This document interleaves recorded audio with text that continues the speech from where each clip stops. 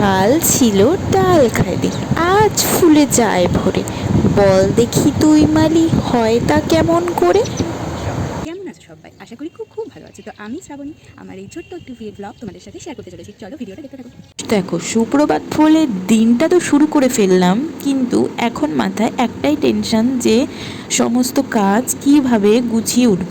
যেহেতু আমার একটা ছোট্ট বেবি আছে, তোমরা সবাই জানো, তো তাকে দেখে প্লাস মার সদ্য ওটি হয়েছে, মারও শরীরটা ভালো না, মার দেখাশোনা সমস্ত কিছু আমাকে করতে হয়। তো সেটাই সবার ফার্স্টে ঘুম থেকে ওঠে মাথায় সেটাই ঘোরে। আর আজকে সকাল সকাল একটু ঘুম ভেঙে গেছে, তো জামা কাপড়গুলো ভালো করে ধুয়ে ফ্রেশ করে দেখলাম রোদও উঠেছে। অনেক দিন বাবুর জামাগুলো রোদে দেওয়া হয় না, তো রোদ দিয়ে ছাদ থেকে নামতে পারিনি। আমার সোনাটা উঠে গেছে, তারপর ওকে ফ্রেশ করিয়ে খাইয়ে আমি চলে এসেছি রান্নাঘরে। বেশি কিছু না, সিম্পল রান্না করি, একদম সাদামাটা ঘরোয়া। শাক দিয়ে চচ্চড়ি করলাম। আর এই দেখো, মাছ এনেছে, পুকুরের মাছ, বাবা নিয়ে এসেছে জ্যান্ত। এই মাছ দিয়ে একটু করে পাতলা ঝোল করতে।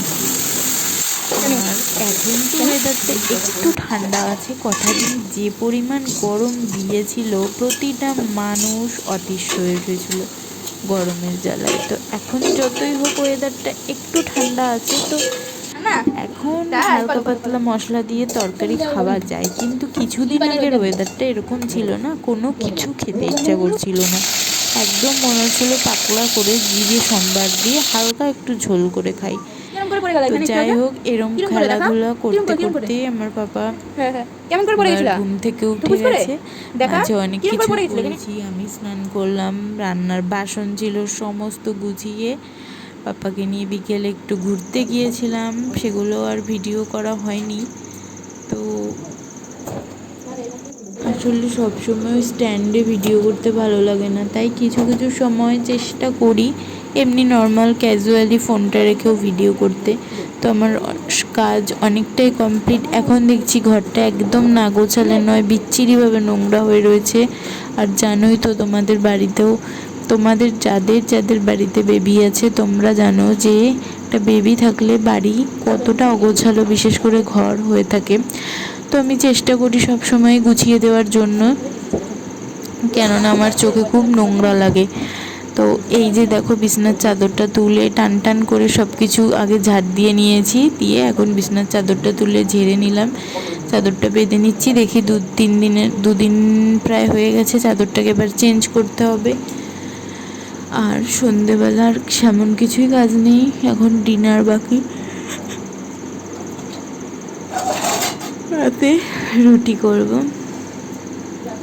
তো এই যে আমি যে ভিডিওগুলো শেয়ার করছি তোমাদের সাথে, তোমাদের ভিডিওগুলো দেখতে কেমন লাগছে, বা আমি কিভাবে ভিডিও করলে তোমাদের আরও সেটা দেখতে সুন্দর লাগবে, ভালো লাগবে, সমস্ত কিছু সাজেশান আমাকে জানিও কমেন্টের মাধ্যমে।